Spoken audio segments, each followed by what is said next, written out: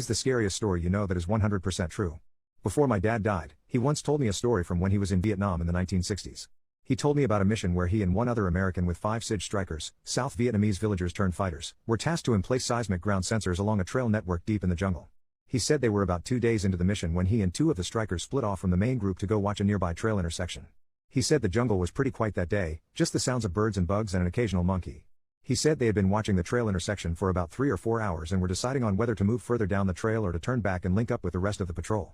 Before leaving the cover of the brush, my dad said he checked the trail ahead of them one last time and prepared his men to move. Now here is where the story gets interesting, and he told this part with absolute dead seriousness.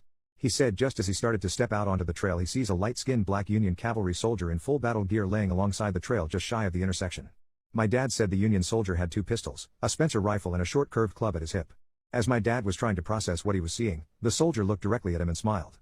Then the soldier slowly placed a finger up to his lips as if to tell him to be silent and then motioned my dad back off the trail.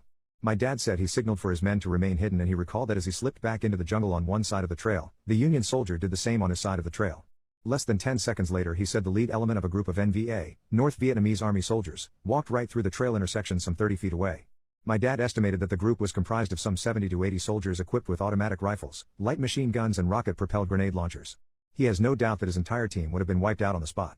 He said as soon as the enemy soldiers had passed, he and his team beat feet out of there as fast and as quietly as they could and rejoined with the rest of the patrol. He reported the enemy soldiers his team had encountered, but decided not to say anything about the soldier he had seen.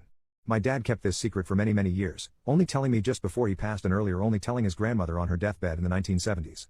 He said when he told his grandmother, she smiled and without opening her eyes told him, "You saw old Red Tom." Red Tom was my great-great-grandfather.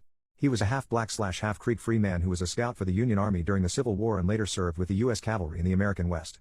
He was known for carrying 2 pistols, a Spencer rifle and a Creek war club into battle.